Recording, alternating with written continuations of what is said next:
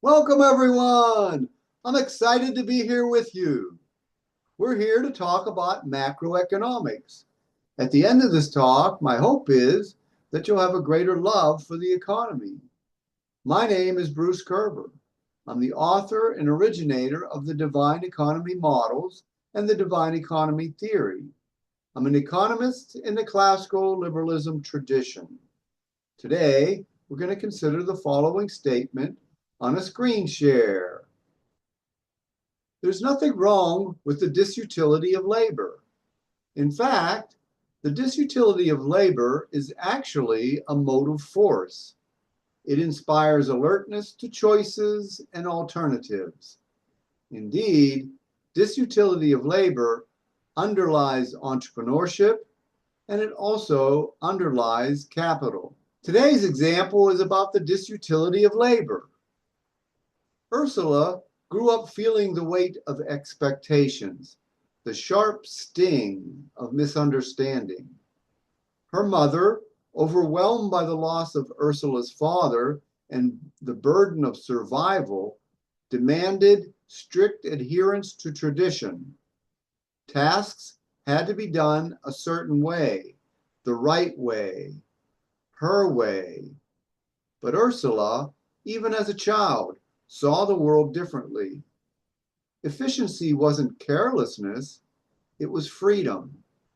She streamlined chores, finished quickly, and tried to reclaim time for herself. Yet instead of praise, she met resistance, even punishment. The message was clear. Her way was wrong. Now, as an adult, she looks back with understanding. She sees her mother's struggles, forgives the harshness, and recognizes the love buried beneath discipline. But more than that, she embraces the very trait that once caused tension, her ability to innovate. Living on her own, Ursula thrives in the discovery of better methods, reveling in the time it grants her to chase what she loves. What once felt like defiance now fuels her ambition. The efficiency that caused friction in her childhood is, in fact, her greatest strength. She knows it's only a matter of time before she finds her place in the business world, a place where thinking differently isn't punished but rewarded, where her way isn't just right, it's valuable. There's nothing wrong with the disutility of labor. In fact, the disutility of labor is actually a motive force. It inspires alertness to choices and alternatives. Indeed, disutility of labor underlies entrepreneurship, and it also underlies capital. What is something that makes an entrepreneur happy? Damon sees the world not just as it is, but as it could be, a smoother, easier, less frustrating. He listens for the sighs of exasperation, the muttered complaints of inefficiency, the subtle signs of struggle. Whether in manufacturing, distribution, service, or even leisure, he notices the tasks that weigh people down, the moments when work becomes drudgery rather than progress. But instead of shrugging off these burdens as just part of life, Damon sees opportunity, not for himself alone, but for those who feel trapped by inefficiency. He instinctively identifies problems, not as roadblocks, but as invitations to innovate.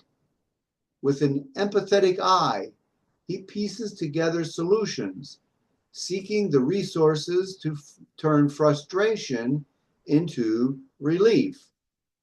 And when he succeeds, when he transforms an exhausting process into something effortless, He doesn't hold on. He moves on.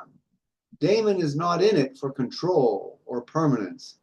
He builds, he solves, he sells, and then he starts again, driven by the quiet satisfaction of making people's lives easier, one business at a time. What can we learn from this life lesson? In our modern world, the quick fixes are gone. The simple solutions, the ones that could be discovered and implemented instantly, have already been found. What remains are deeper, more intricate problems, ones that require time, patience, and resources to solve. Yet, the weight of these unresolved problems is felt deeply. Frustration mounts when inefficiencies linger, when obstacles stand in the way of progress, when anxiety creeps in because something just isn't working. People don't just want solutions, they need them. The burden of unresolved problems creates stress, unease, and dissatisfaction. This is why capital is essential. It bridges the gap between frustration and resolution, between discomfort and progress. It fuels the innovation needed to take on these larger, more complex challenges. Labor, too, plays its role, not as something to be endured, but as a force driven by the desire to overcome obstacles. The modern world isn't just about work, it's about working towards something better.